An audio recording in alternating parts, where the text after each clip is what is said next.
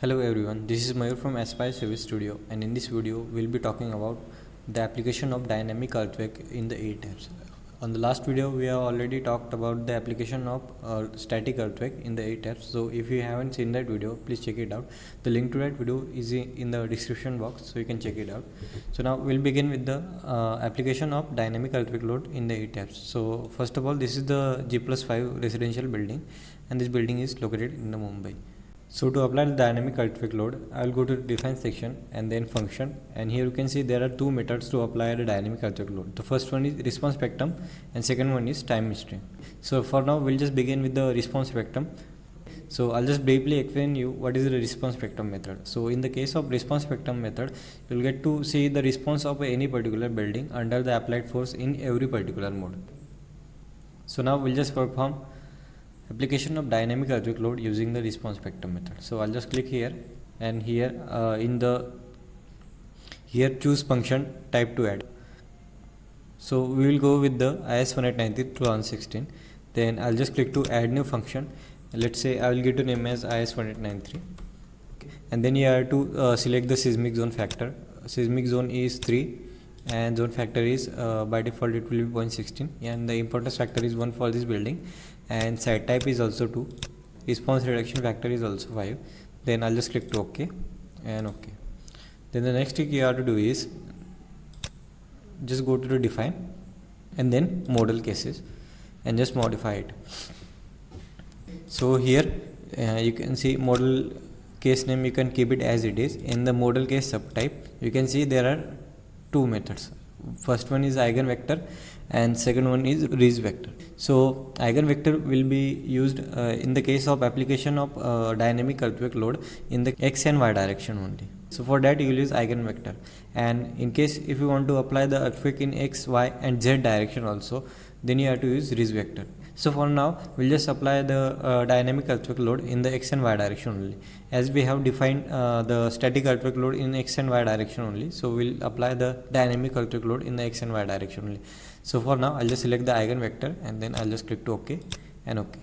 Then also I'll again go to the define and then load cases, and here I will add new load case for the dynamic earthquake load in x and y direction. Okay. So let's say for the x direction I will get a name as specs x, and here load case type will be response spectrum we have to select, and in the load applied section I'll just click to add, and here acceleration I will select. Load name will be u1. u1 you will select for the x direction, and u2 you have to select for the y direction, and u3 you have to select for the z direction, which is nothing but the vertical direction. So for now I'll just select u1, and here the for function type you have to select IS 1893, which we have defined already, and scale factor for the initial analysis you have to take 1000, and these other things you can keep as it is. Then I'll just click to OK. I will add another one for the y direction, so I'll get the name as spec y, and load case type will be response spectrum only.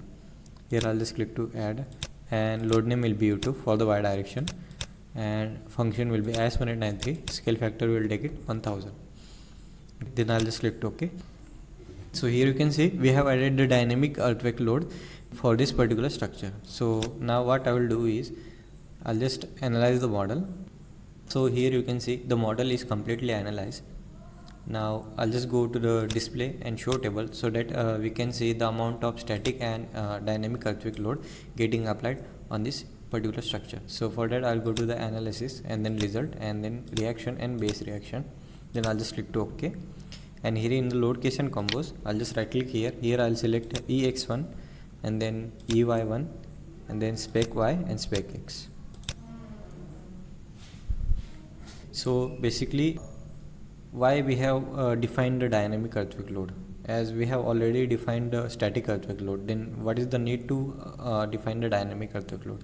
Because in the real life you can see the nature of earthquake load is dynamic in nature, not in the static. See, the static load is a load which having constant values, and dynamic load is a load which having varying values, and earthquake comes under the dynamic nature only. The value of earthquake loads always vary as per the time only. So that's why we need to define the earthquake in dynamic also. Now what you have to do is, you can see the static earthquake in x direction, which is nothing but the Ex. The value of that for the x direction is 593, but for the dynamic earthquake in x direction, you can see it is 50 kilonewton only, which is very less than static earthquake in x direction. Same for the y direction, you can see for the static earthquake load Ey in y direction, you can see the amount of load is 870 kilonewton. Okay. But in the case of dynamic earthquake load in the y direction, you can see the load is 68 only. So what you have to do is, you have to match the dynamic earthquake load to the static earthquake load for both x and y direction. So how to do that? We have to change the scale factor, which we have taken as a 1000.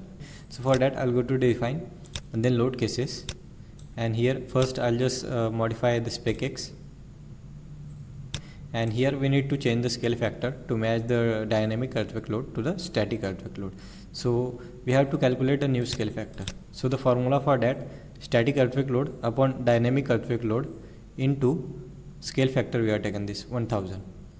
So the new scale factor will be 593.9 divided by 50.1 into 1000.